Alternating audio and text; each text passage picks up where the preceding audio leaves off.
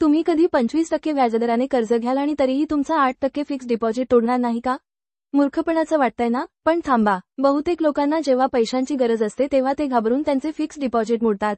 त्यांना वाटतं की कर्जाचे व्याज देणे टाळणे तर्कसंगत आहे. पण इथेच ते चुकतात. ते 25% कर्जाचे व्याज देणे 8% फिक्स डिपॉझिटचे व्याज गमावण्यापेक्षा वाईट आहे असे गृहीत धरतात.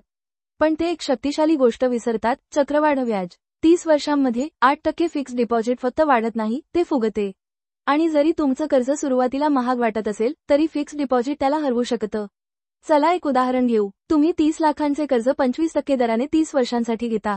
तुमचा मासिक हप्ता सुमारे 62,000 रुपये आहे. तुम्ही एकूण किती कर्जाचे व्याज देता?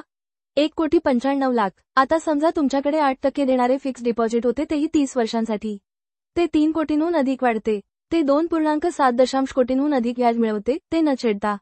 तर काय चांगलं आहे? 1.95 कोटी कर्जाचे व्याज देणे, किंवा तुमचं फिक्स डिपॉझिट न छेडता 2.7 कोटी कमावणे?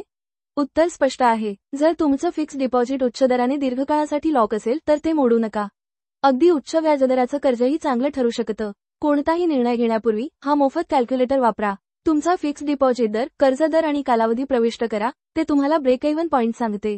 प्ले स्टोअरवर loan versus FD app download करा किंवा खालील लिंकवर क्लिक करा. स्मार्ट निवड करा. स्मार्ट आर्थिक निर्णयांसाठी लोन वर्सेस एफडी ॲप आताच डाउनलोड करा.